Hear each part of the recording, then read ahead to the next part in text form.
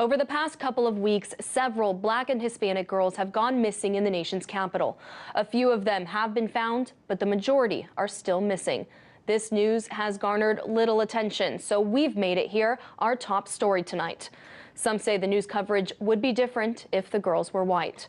At this time, lawmakers are now calling on the FBI to help find them. Here's RT correspondent Ashley Banks with more on the developing story. In a matter of 2 weeks, close to 20 Black and Latino girls went missing here in the District of Columbia. Now, it gained little to no attention from the media.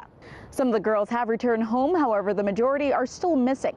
According to an academic study, it showed that 20% of all cases of missing Black girls are actually reported in the news. The D.C. Police Commander, Chanel Dickerson, has said most teens who go missing are leaving home voluntarily. According to her, the teens return home on their own or are located shortly after. According to the Metropolitan Police Department, missing persons cases have been declining in D.C. There were 708 missing persons cases at the start of the year, and 674 of those have been resolved.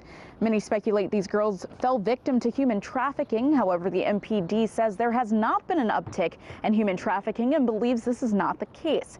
And the department also said social media has been the primary platform for disseminating news about missing persons cases, giving an explanation as to why few people heard of these missing girls until now, or why it may seem like there's an uptick in missing Black and Latino girls in D.C. Now, D.C. Mayor Muriel Bowser has said there isn't a connection between the missing girls and human trafficking.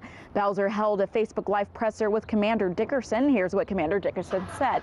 We have received a lot of media attention and a lot of concerns from the public because of the number of releases. There have been concerns that young girls in the District of Columbia are victims of human trafficking or have been kidnapped. And there's an increase in the number. And I say this without minimizing the number of missing persons in D.C. because one missing person is one person too many. But there's actually been a decrease.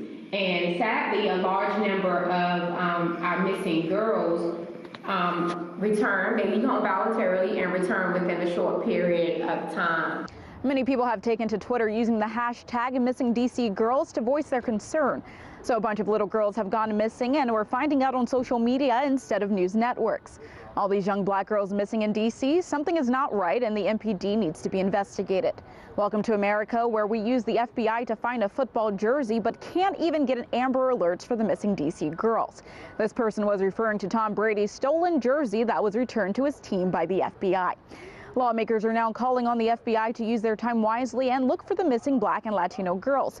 They are asking Attorney General Jeff Sessions and FBI Director James Comey to devote the resources necessary to determine whether these developments are an anomaly or whether they are indicative of an underlying trend that must be addressed.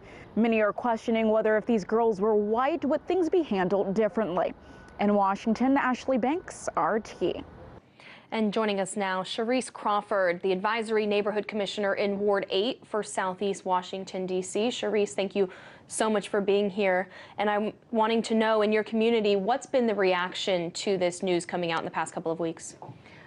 Thank you so much for having me on, and thank you for talking about this very important subject. The reaction has been that of outrage. We held a press conference this past Wednesday evening, and it was a large turnout. The challenge has been that we have not had a conversation of this magnitude on that platform, if I can recall it, in a very long time. And so we're looking for resolutions. Yeah. We introduced resolutions from my office to the mayor's office to city council. We introduced the resolution that we've also sent this to both Senate and Congress, again, looking for resources that can, one, help us to keep our MPD website updated and accurate. The question that you asked me at the beginning of the segment is the question that everybody's been asking. What's the total number? Is this accurate?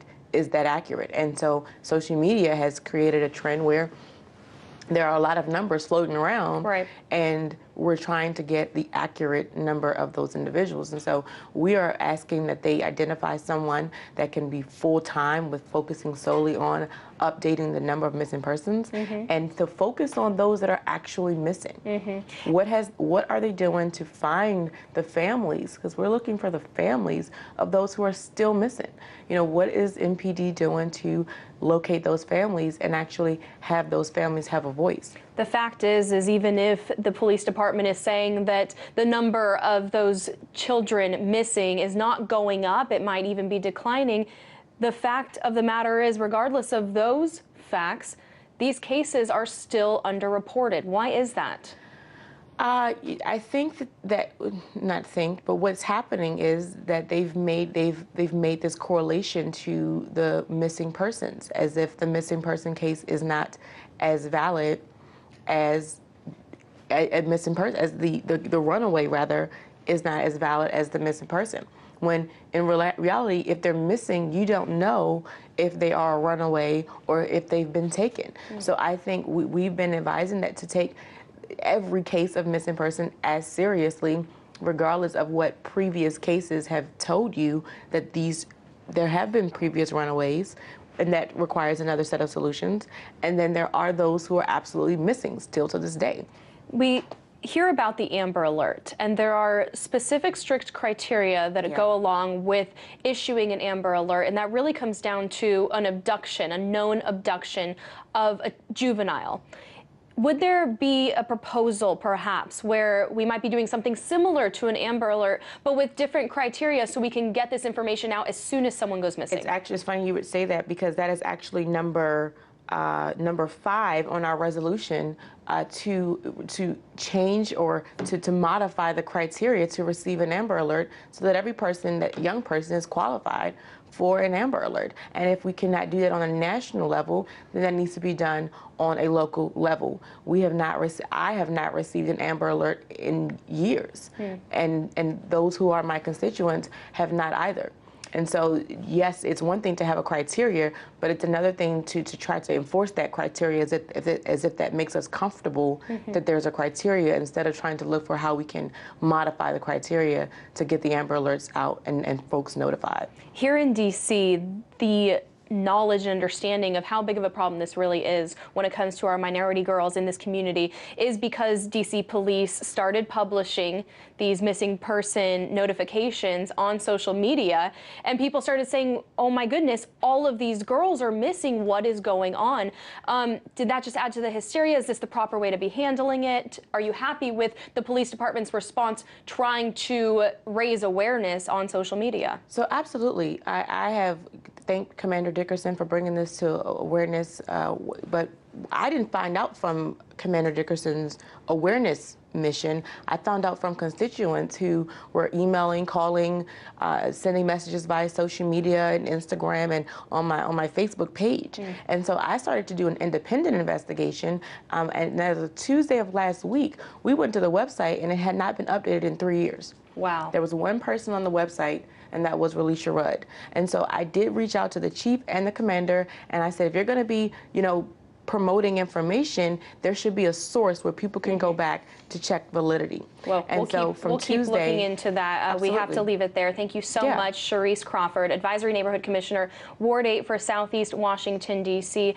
Good luck with all of your efforts trying to bring more attention to this issue. Thank you so much.